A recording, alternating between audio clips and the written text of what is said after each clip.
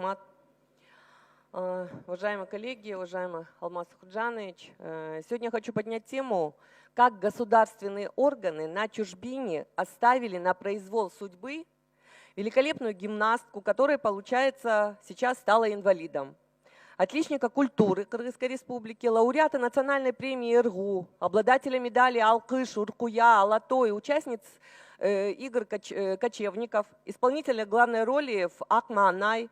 И дело в том, что Аширова Асланаим, Светлана по документам, в Объединенные Арабские Эмираты полетела на фестиваль как официальный делегат из Кыргызстана по приглашению арабской стороны.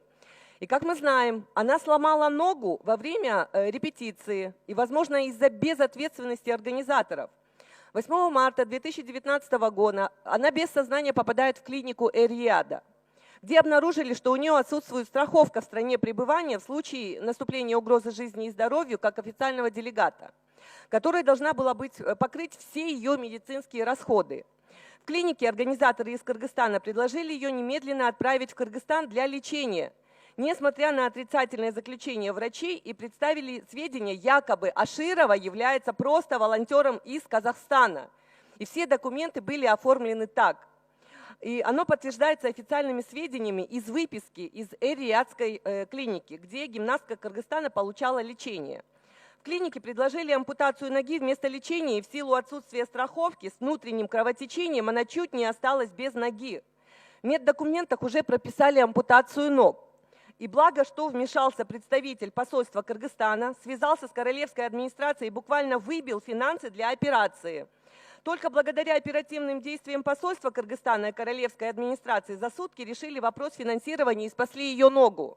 Она вернулась в Кыргызстан 27 марта, где ее мама за свой счет продолжила ее лечение. После отмеченного инцидента она от государства не получила ни копейки, она была забыта. Она поехала туда как официальный делегат представлять интересы Кыргызстана и получила профессиональную травму, в результате стала инвалидом. Она больше не сможет заниматься своим любимым делом, зарабатывать себе на жизнь.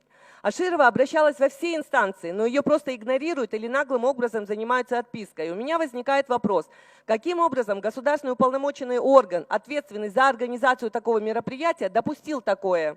Государство призвано защищать интересы страны, а не калечить, игнорировать проблемы своих же граждан. В связи с изложенными фактами хочу спросить, почему у нее отсутствовала страховка? Кто был ответственным за страхование жизни и здоровья делегатов? Также хочу предоставить копию письма приглашения, что мне предоставили, на фестиваль, финансовые документы, утвержденный план работы и отчет по организации данного мероприятия для дальнейшей проработки этого вопроса. Спасибо.